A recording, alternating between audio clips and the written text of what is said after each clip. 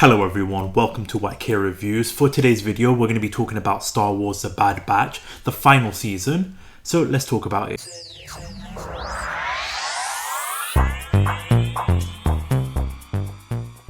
Now, as you see in the thumbnail, you see it in the title, this for me is Star Wars done right. I've said it before and I'm going to say it again. When it comes to like the animated stuff with Star Wars, they always nail it in the head. You've got Star Wars Clone Wars, you've got Star Wars Rebels, you've got Bad Batch. Every single one of those shows are for me a great animated series. It's just unfortunate that when it comes to like the live action stuff, it's very hit and miss. Like you've got Mandalorian and Andor, which are great hits, but then you've got misses such as Obi-Wan Kenobi and the Book of Boba Fett. So it's always like a gamble when you're watching these live action stuff, but animated stuff, always a hit. So with this one, it's no exception. Like Bad Batch, it's been going on for a while. It follows 4 troopers, clone troopers, who are part of the 99 Squad, and it's following the events that happen after Order 66. Now, this show has been going on for 3 seasons, and honestly, every single season, it's entertaining, it's enjoyable, it's edge of your seat stuff, and with this final season, it was no exception. The build-up with this, because if you haven't seen it, spoilers alert for Season 2, you've got the death of Tech. At the end of Season 2, you've got Omega being captured, so with this season and the story arc, you've got it's them following these characters to try and rescue Omega, and there's just some great character development, great journey, especially with Crosshair, who turns on the clones towards the end of Season 1 because of his mindset in terms of like how he has to follow orders, how he's got to be loyal to the Empire. So then from Season 1 all the way till now, his character journey from that to then helping his fellow clones, it's just an incredible writing for his, and you really root for him at the end of the show because of the way he's going through everything, how he is with this season, how he is in terms of his development, in terms of even like some personal stuff that's going on with him. I just thought it was so well written. So Crosshair's journey was so satisfying to watch from Season 1 to now. The rest of the cast too, like the cast members of Wrecker and Hunter and even Echo too, like you're following these characters and you're invested with each of these characters and what they're going through, and the build up to this story of having them rescue Omega, I just thought was handled so well to make it where it becomes a very satisfying finale, because that finale was incredible. It was edge of your seat stuff. It had a lot to deliver. You're going in there because this is the final season. You're going in there sort of in the mindset of how you were going into Guardians of the Galaxy Volume 3. Everybody's guessing who's going to get killed off, who's going to die, and honestly, I'm not going to spoil anything. This is a spoiler-free review, but the way they left off everything was really satisfying in terms of like who survives, who doesn't, what's going to happen next, because I'm pretty sure the way they ended it, and it was, like I said, a satisfying ending, I'm pretty sure we will see certain characters in live action because of the way they set up everything. So it was really satisfying to watch this journey from episode 1 all the way to the final episode, and how everything was developed and how the bond came about for them to become brothers again, especially with Crosshair's journey, and even honestly Omega's journey, because I'll be honest, when her character was first introduced in Season 1, she had that annoying trait of always questioning everything, of complaining, of nagging, and just being that annoying character that at times was a little bit annoying. But then the way she's like just developed into the character that she is now and becoming this leader as she's being captured with like other prisoners, I thought was handled so well. So you're really rooting for Omega in this final season versus where I was honestly in the beginning of the season. Even in terms of like the villains too, the villains were so well written that you really were rooting against them, especially like that Hemlock character.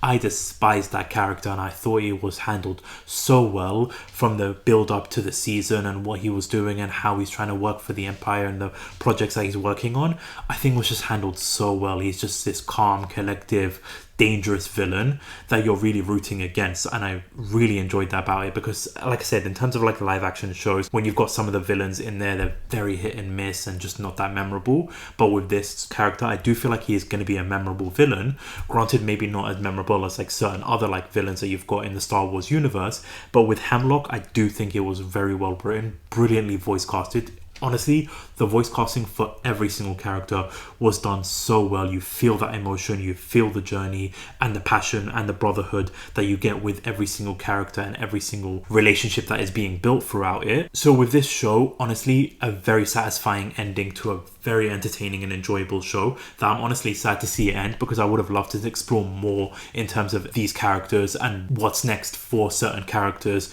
in the Star Wars universe, because like I said, they will probably be appearing in live action because of the way they set certain things up.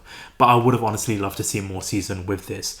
But there is some flaws when it comes to this show, and they're sort of like minor nitpicks or sort of underwhelming aspects when it comes to this. So when it comes to like the Bad Batch, when it comes to this final season, with the trailers and what they were explaining in terms of like a certain character, now she's in the trailer, so I don't really think this is a spoiler, but Asajj Ventress is in the show for one episode.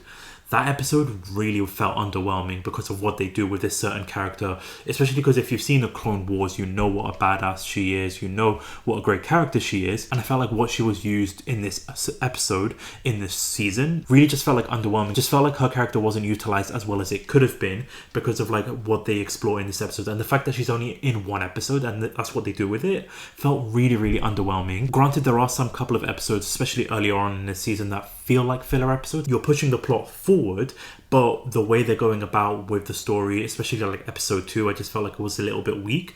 But you can't take anything away from it because it's a 15 episode show. You do need to have kind of episodes where they do slow down the plot a little bit just to explore other ventures. So I'm not really too bothered about that, although there are some weak episodes. So if you're going in there expecting high paced action sequence after sequence, you're not going to get that in this season because there are episodes that do slow the plot down a bit. There are episodes where it's just completely off base when it comes to the actual main plot, but that's a given with this show because they do that every single season. My biggest issue and my biggest nitpick that I have is that you've got a certain character that, I don't know, maybe it's the fandom building it up or anything like that, but it's sort of got the same situation as the Morok from the Ahsoka show. So you've got this character that you're getting introduced into this season. He's sort of like the specialized trooper that's working for Hemlock, but not really working for Hemlock. He's sort of on his own, going after the Bad Batch. And again, maybe it's because the fandom are speculating on who it could be, who is behind the mask, but that really doesn't pay off whatsoever. It's again another underwhelming story plot when it comes to that, because similar situation, if you've seen the Ahsoka show, you've got Marok who was in the show. Everybody was speculating that it could have been like an evil Ezra clone, or it could have been a different character, but then honestly that character gets killed off and really nothing comes about when it comes to that character. And it's sort of a similar situation with this. They get introduced into this season, you're kind of speculating on who it could be. There were lots of theories about whether it could have been Tech who's just turned evil, which I'm kind of glad it wasn't.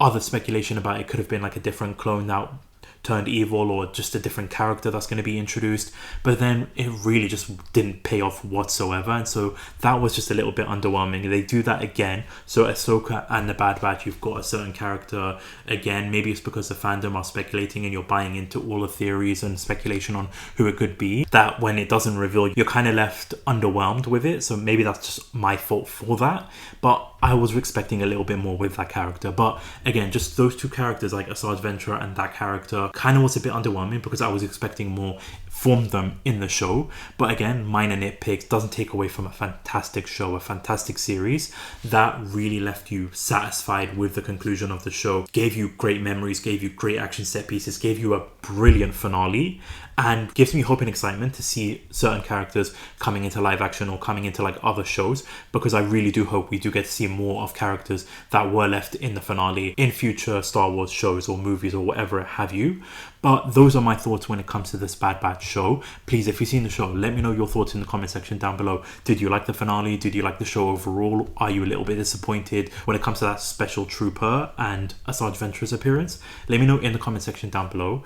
And if you are new to the channel and you do like these types of stuff, we've got tons of stuff coming our way. We've got the Chucky season 3 review coming out tomorrow. We've got the Fall Guy. We're going to have retrospective reviews for all the Planet of the Apes movies, so keep an eye out on that, with the tier list coming next week. So a whole bunch of stuff coming to the channel, so subscribe so you're not missing out on that, as we're on our goal to reach 500 subscribers.